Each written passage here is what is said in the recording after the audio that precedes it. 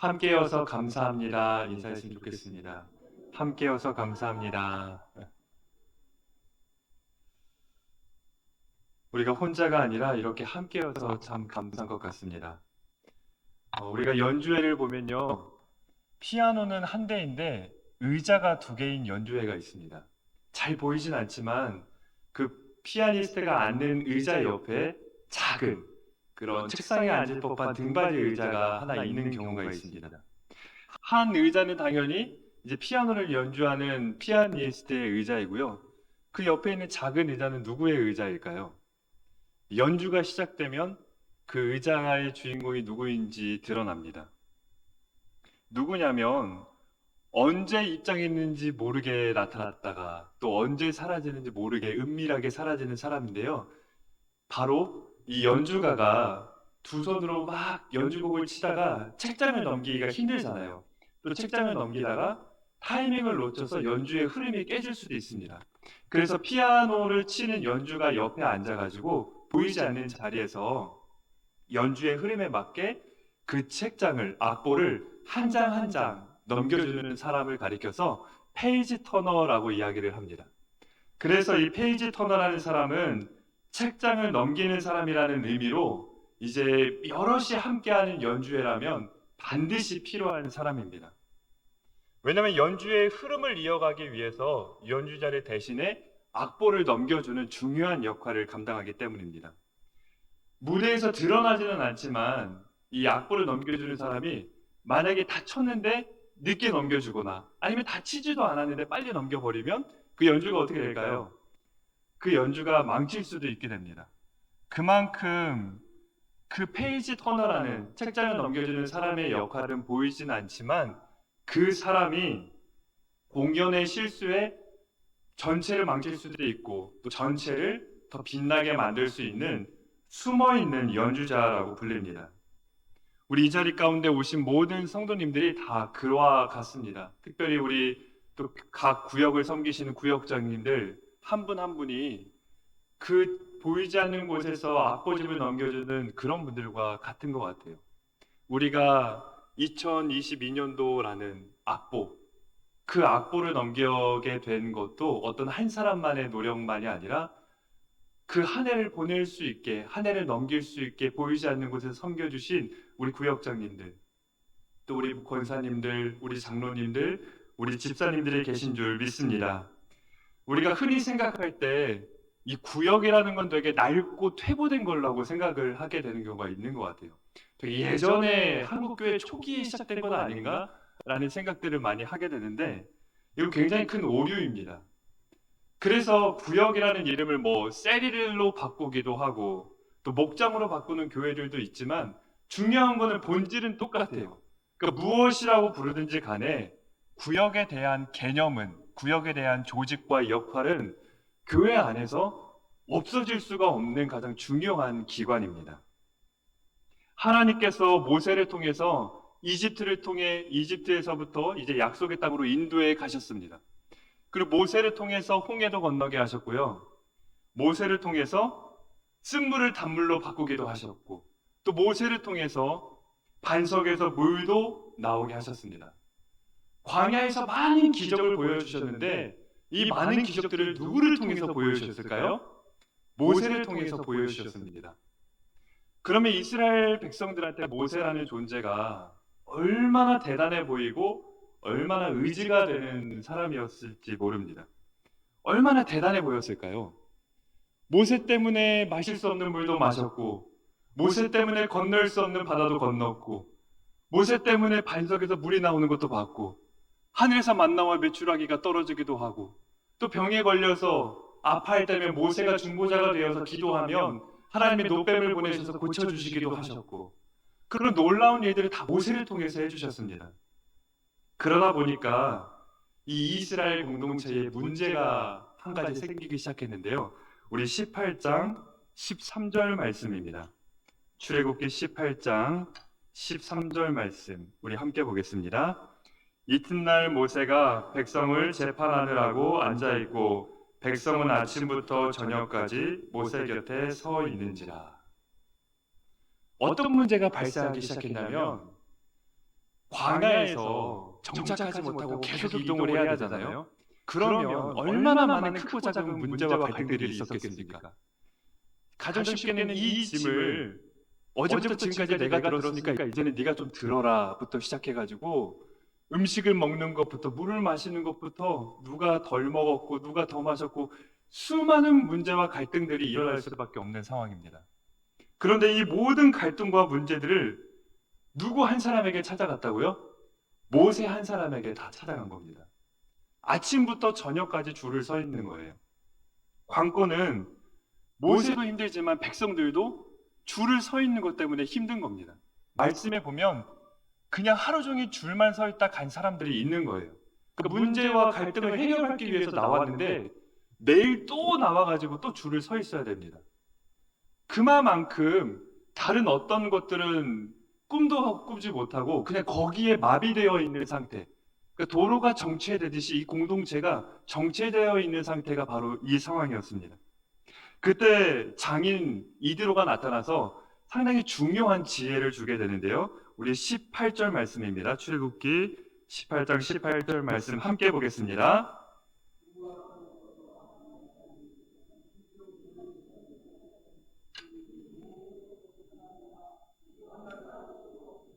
아멘. 이드로가 보다 못해서 와서 모세에게 뭐라고 말씀을 해주죠? 혼자 할 수 없다라고 이야기를 합니다. 혼자 한다 한들 모세도 힘들지만 그 모세를 기다리고 만나려고 준비하는 사람들도 힘들다는 것이죠. 그래서 혼자 할 수 없다는 이드로의 지혜로부터 최초의 변화가 생겨나기 시작하는데 어떤 변화냐면 바로 오늘날의 구역, 최초의 구역이 바로 이때 만들어지게 됩니다. 우리 21절 말씀 보겠습니다. 21절입니다.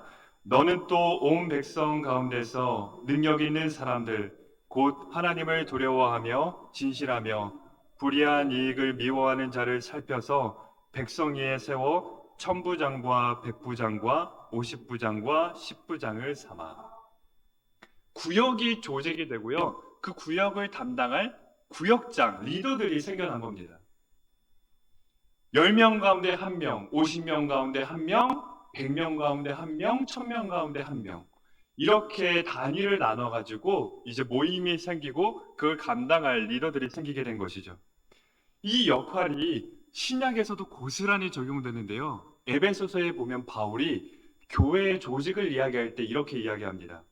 그가 어떤 사람은 사도로, 어떤 사람은 선지자로, 어떤 사람은 복음 전하는 자로, 어떤 사람은 목사와 교사로 삼으셨으니 이는 성도를 온전하게 하여 봉사의 일을 하게 하며 그리스도의 몸을 세우려 함이니라.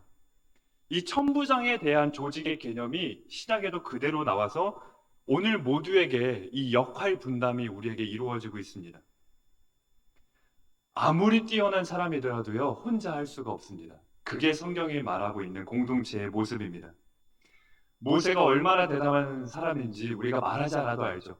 그런데 그렇게 대단한 사람인 모세조차도 홀로 감당할 수가 없었습니다. 완전하신 예수님조차도 혼자 하지 않으시고 12제자에게 분담하셔서 함께 감당을 하셨습니다. 이 하나님의 방법이 얼마나 절묘한지 우리가 말씀을 보면 하나님이 모세를 처음 부르셨을 때 모세가 하나님께 이렇게 대답합니다. 오 주여, 나는 본래 말을 잘 하지 못하는 자니이다. 그러니까 말을 하지 못한다고 이야기를 해요. 하나님이 모세에게 이제 이스라엘 백성들을 이집트에서 인도해 내라 라고 명령을 하셨는데 모세가 저는 말을 잘 못합니다 라고 이야기를 합니다. 여기서 모세가 말을 못한다는 건 말이 어눌하다라는 걸 뜻하는 게 아니라요. 모세가 태어나서 어디서 자랐을까요? 어디서 자랐습니까? 애굽에서 자랐죠. 그러면 애굽의 말을 잘할까요? 히브리 말을 잘할까요? 애굽의 말을 잘하죠.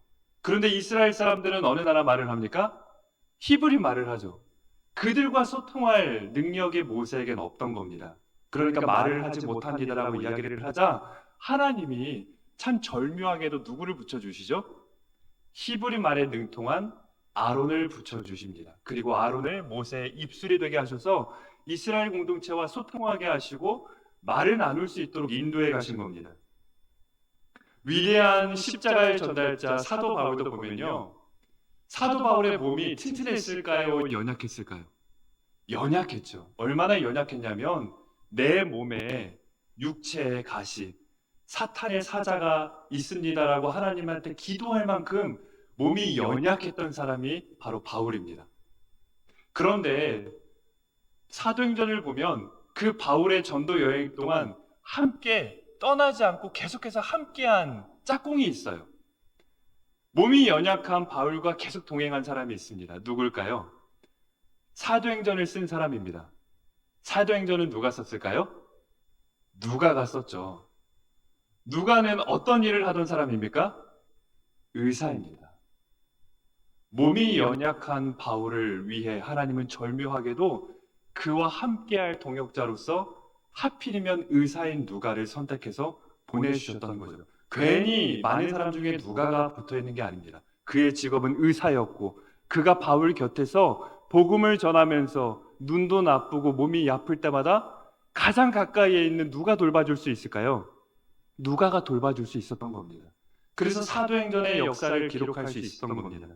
하나님께서는 이와 같이 나에게 꼭 필요한 사람, 내가 할 수 없는 것을 할 수 있는 꼭 필요한 짝꿍을 세워주시고 교회 가운데 그런 사람들을 리더로 만들어 주십니다. 모세한테 아론이 얼마나 고마운 사람이었을까요? 바울에게 누가가 얼마나 힘이 되는 사람이었겠습니까? 우리가 역사적인 자료를 보면요, 바울은 눈도 나빴지만 대표적으로 간질병이 있다라고 나와 있습니다. 그러니까 말씀을 전하다가 쓰러져 버리는 거예요. 그런데 얼마나 그 두려운 마음을 가지고 섰겠습니까? 내가 말씀을 전하는 자리에 나와 함께하는 동역자 누가가 가장 가까이에 있는 게 보여요. 그러면 그 바울이 얼마나 든든한 마음을 가지고 하나님의 말씀을 전할 수 있었을까요? 내가 오늘 말씀을 전하다 또 쓰러질 수 있지만 내 친구이자 나의 동역자인 의사인 누가가 내 곁에 있으니 쓰러지더라도 나를 돌봐줄 수 있겠구나. 그 믿음과 그 사랑이 있었을 겁니다. 홀로 일하던 모세에게도 그런 모세를 기다리기 위해 하루 종일 줄을 서야 하는 이스라엘 백성들에게도 이 천부장의 사람들, 백부장, 50부장, 10부장, 이 리더들의 존재가 얼마나 귀하고 얼마나 소중했겠습니까? 우리가 생각하는 것 이상으로 참 고마운 사람들입니다. 우리 호산나교회 각 구역, 교구의 장로님, 또 교구의 권사님들, 또 우리 구역장님들, 우리 한 사람 한 사람이 바로 그러한 분들이라는 겁니다. 모세에게 있어 아론처럼, 바울에게 있어 누가처럼, 이스라엘 공동체에 있어서 그 천부장의 리더들처럼 우리 구역장님들, 우리 장로님들, 우리 교회 리더들 한 사람 한 사람이 바로 그렇게 고맙고 소중한 존재라는 것입니다. 이제 이스라엘 공동체는 구역이 생기고 구역장이 생기자 상당히 평안한 모습으로 바뀌게 되는 걸 보게 됩니다. 우리 18장 20절 말씀 보겠습니다. 출애굽기 18장 20절입니다. 함께 보겠습니다.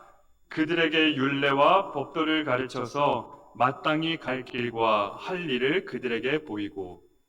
이제 모세는 하루 종일 이야기를 듣고 재판하는데 다 시간을 쏟는 게 아니라 모세 본인이 해야 될 가장 주된 역할에 집중을 할 수 있게 됩니다.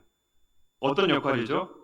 하나님의 말씀을 가르치고 보여주는 것을 모세는 집중을 할 수 있었고, 그걸 배우게 된 성도들은 이제 때를 따라 재판하면서 스스로 이제 더 자발적으로 능동적으로 공동체를 이끌어 나가게 됩니다. 모든 일이 다 모세에게 가는 게 아니라 이제는 각 리더들에게 분담이 돼서 함께 감당하게 되는 것이죠. 우리가 모든 건물은 이 외력과 내력의 싸움이다라는 유명한 말이 있는데요. 무슨 뜻이냐면 이제 외부로부터 오는 그런 어떤 바람, 어떤 진동, 그런 하중을 견디게 만드는 건 결국 분담이라는 겁니다. 이 건물이 무게가 분담되어 있지 않고 한쪽으로 쏠려 있으면 탑처럼 되는 거예요. 위태하게 되는 겁니다. 분담의 힘을 보여주는 실제적인 사례가 있는데요. 이제 오래된 이야기지만 1980년도에 이제 두 개의 자동차 회사가 이제 최고를 달리고 있었는데, 하나는 일본의 도요타고요. 하나는 미국의 GM이라고 합니다. 그런데 미국의 GM이라는 회사가 일본 도요타 회사한테 자동차를 만들어내는 족족 자꾸만 밀리는 거예요. 그래서 이 GM 회사 직원들이 대체 우리가 부족한 게 없을 것 같은데 왜 일본한테 밀릴까 고민을 하면서 이제 사람들을 파견해가지고 한번 공장에 찾아갔습니다. 견학을 갔는데 견학을 간 첫날부터 이 GM 회사의 직원들이 굉장히 놀랐다고 해요. 왜냐하면 이 도요타 공장에 가보니까 자동차를 만드는 생산 라인이 있잖아요. 그런데 그 생산 라인마다 이 천장에서부터 연결된 줄이 하나씩 있었대요.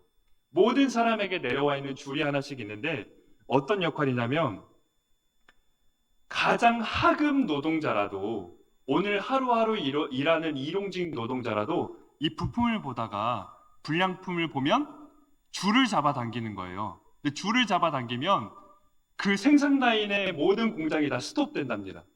그리고 나서 이제 간부들부터 해가지고 다 와가지고 이제 이 불량품이 어디가 문제인지 살펴보고 그걸 함께 해결한 다음에 다시 제품을 만들어내는 방법으로 일을 하고 있었던 겁니다. 그런데 이 GM이라는 회사는 어떻게 하고 있었냐면 불량품을 발견해도 윗선에서 정지시키지 않으면 계속 찍어내야 되는 거예요. 그러니까 이거를 계속 만들어낼지 말아야 될지에 대한 결정권이 한 사람에게만 있었고 다른 사람들에게는 아무도 없었던 거죠. 그러니까 분담된 공동체와 분담되지 않은 기업의 차이가 드러났던 것입니다. 바로 이것이 분담된 것과 혼자 하는 것의 차이입니다. 지금까지 우리 1000부장, 100부장, 50부장, 또 10부장 같은 구역장님들의 헌신과 섬김이 있었기 때문에 오늘 이렇게 호산나 교회 공동체가 든든히 세워질 수 있음을 믿습니다. 우리가 돌아보면 이 코로나라는 바람이 불어올 때도 주님의 몸된 교회를 더 건강히 세우기 위해서 보이지 않는 곳에서 헌신하신 우리 성도님들의 수고가 우리가 오늘을 맞이할 수 있도록 하나님의 통로가 되었습니다. 오랜 기간 동안 보지 못했던 분들 가운데 다시금 나오기 시작한 반가운 얼굴들이 점점 많아지고 있고요. 또 몸이 아프지만 회복되어서 다시 만나게 된 참 그런 감사한 우리 성도님들도 있습니다. 또 그동안 새롭게 우리 교회에 오게 돼서 정착도 하시고 세례도 받고 또 찬양대도 섬기게 되고 또 오늘 이 자리에도 함께한 우리 성도님도 계십니다. 이 모든 것들이 누군가 혼자서 잘했기 때문이 아니라 모두가 다 함께 했기 때문에 할 수 있었던 것입니다. 서로 돌아보아서 사랑과 선행을 격려하지 않았으면 불가능한 일입니다. 그렇게 해왔기 때문에 우리가 함께 할 수 있었습니다. 한 성도가 예배 때 보이지 않으면 연락하면서 왜 그런지 안부를 묻고 또 이야기를 들어주고 또 누군가 울고 있으면 함께 울고 또 누군가 찬양하면서 기뻐하는 이야기가 있으면 또 함께 내 일처럼 기뻐해주고 그렇게 내 이웃을 내 몸처럼 사랑해 오신 우리 구역장님들 또 우리 장로님과 권사님들과 우리 리더들의 사랑이 있었기 때문입니다. 우리가 더욱더 하나님께 감사하고 서로에게 아낌없이 고마움을 표현했으면 좋겠습니다. 우리가 교회를 감당하다 보면 그런 말을 듣게 될 때가 있는 것 같아요. 난 그 일을 감당할 능력이 없는데 라는 마음을 스스로도 하게 되고 또 다른 성도로부터 듣게 됩니다. 나는 그 일을, 나는 구역장을, 나는 그 리더를 감당할 능력이 없는데 난 할 수 없는데 그런 마음을 먹을 때가 있습니다. 만약에 우리 구역장님이 그런 말을 한다면요 이렇게 말해줬으면 좋겠습니다. 우리 권사님, 우리 집사님, 때로 우리 장로님들이 그런 말씀을 하신다면 우리가 이렇게 격려했으면 좋겠습니다. 아니 구역장님 때문에 내가 힘을 낼 수 있었고 내가 교회에 정착할 수 있었습니다. 권사님이 그때 나를 위해 기도해 주신 덕분에 제가 다시 일어설 수 있었습니다. 집사님, 제가 그렇게 힘들었을 때 제 손을 잡고 이야기를 들어주시고 함께 해주셨던 것 때문에 내가 오늘 이때까지 하나님을 예배하고 있습니다. 장로님, 아무도 알아주지 않아도 몸으로, 기도로, 또 물질로, 또 그 삶으로 교회를 세워가시고 헌신해 주셔서 우리 성도님들이 이렇게 교회에 모일 수 있게 되고 함께 할 수 있게 되었습니다. 장로님 고맙습니다. 권사님 감사합니다. 집사님 사랑합니다. 구역장님은 하나님이 제게 보내주신 하나님의 사람입니다. 우리가 서로를 향해서 그렇게 사랑과 선행으로 격려했으면 좋겠습니다. 돌아보면 서로의 그 두터운 사랑 때문에 오늘 우리가 이렇게 이르지 않았습니까? 우리가 만약 이렇게 표현하지 않고 역할을 분담하지 않으면요, 우리 공동체의 모습은 오늘 본문 말씀 14절에 몰려있게 됩니다. 아침부터 저녁까지 한 사람에게 몰려있는 이런 일, 공동체가 정체된 채 멈추게 됩니다. 우리가 혼자 할 수 없습니다. 혼자 할 수 없어서 하나님이 한 사람 한 사람을 보내주셨고 함께하게 하셨습니다. 그래서 하나님이 이곳에 우리 구역장님들을 세워주셨고 우리 구역을 만들어주셨고 우리 모든 직분자와 성도님들을 세워주셨습니다. 우리가 이것을 기억하기 원합니다. 우리가 말씀을 마치며 이렇게 서로 나눴으면 좋겠습니다. 우리가 먼저 우리 장로님들을 향해 장로님 고맙습니다 인사했으면 좋겠습니다. 장로님 고맙습니다. 우리 권사님을 향해 이렇게 말씀하기 원합니다. 권사님 감사합니다. 권사님 감사합니다. 또 우리 집사님과 우리 구역장님들 리더를 향해 이렇게 얘기했으면 좋겠습니다. 집사님 사랑합니다. 또 우리 목사님을 향해서 이렇게 말씀을 나눴으면 좋겠습니다. 목사님 사랑합니다. 사랑합니다. 침묵보다 가치 있는 말은요 이런 말들입니다. 침묵보다 가치 있는 말, 우리가 그런 말들을 아낌없이 나눴으면 좋겠습니다. 하나님께서는 우리가 함께함을 통해 바로 주님의 몸을 세워가고 계십니다. 우리 이 시간에 기도하겠습니다. 하나님, 모세조차도 혼자 할 수 없었습니다. 예수님조차도 혼자 하지 않으시고 12제자를 세워 분담하시며 연합하여 공동체를 만들어 가셨습니다. 하나님, 우리 가운데 누가 혼자 그 일을 감당할 수 있겠습니까? 감당할 수 없기 때문에 하나님이 오늘 우리를 만나게 하셨고 모이게 하셨고 또 이렇게 공동체로 만들어 주셨습니다.